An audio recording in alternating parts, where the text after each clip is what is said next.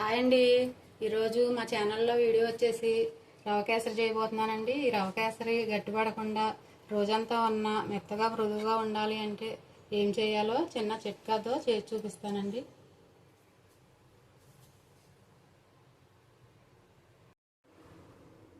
ముందుగా రవ తీసుకున్నానండి. ఉప్మా రవ తీసుకున్నాను. ఒక గ్లాసు నెయ్యి నూనె తీసుకుంటున్నానండి. 3 స్పూన్లు నెయ్యి తీసుకుంటున్నాను.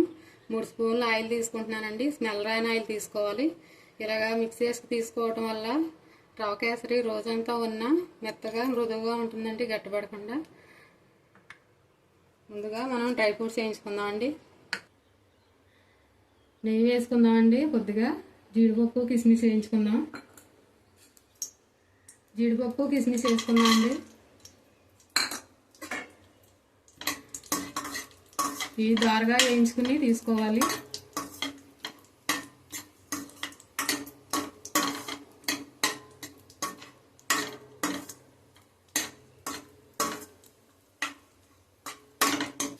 జీడిపప్పు కిస్మిస్ వేగాయండి, తీసేసుకుందాం బౌల్లోకి.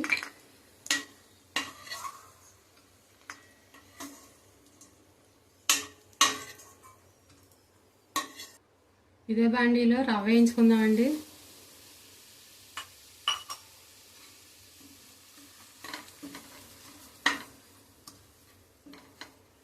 మీడియం ఫ్లేమ్లో పెట్టుకుని రవ్వ ద్వారగా వేయించుకోవాలి.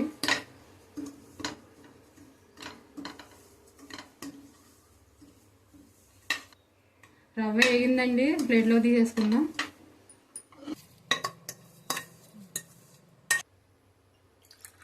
గ్లాసు రవ్వకి 3 గ్లాసులు నీళ్ళు పోసుకుందాం అండి.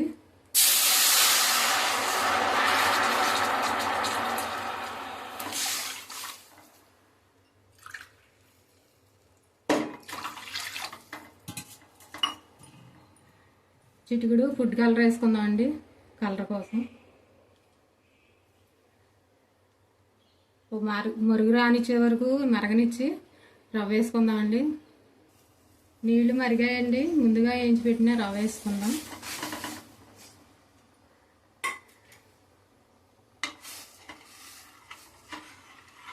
మీడియం ఫ్లేమ్లో పెట్టుకుని రవ్వ ఉడికించుకోవాలి.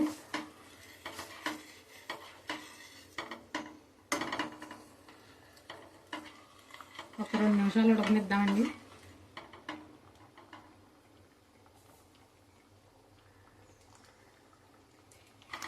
ఇలా కలుపుకుంటూ ఉండాలండి, అడుగు పడుద్ది లేకపోతే.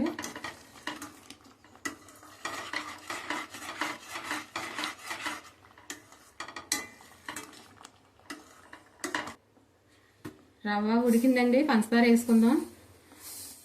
గ్లాసు రవ్వకి గ్లాసున్నర పంచదార వేసుకోవాలి. ఒకసారి కలిపేసుకుందాం ఇలాగా.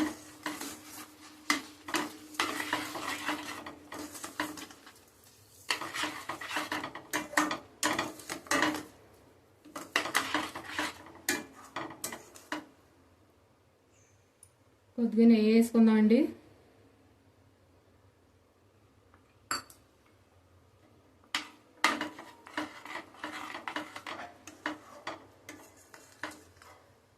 ఇదంతా దగ్గర పడే వరకు ఉడకనిద్దాం.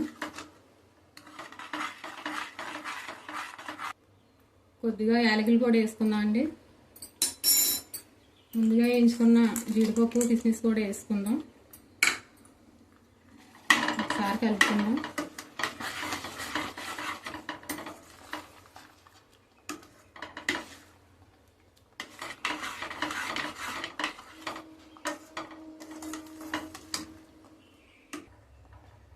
కొద్దిగా నెయ్యి వేసుకుందాం అండి.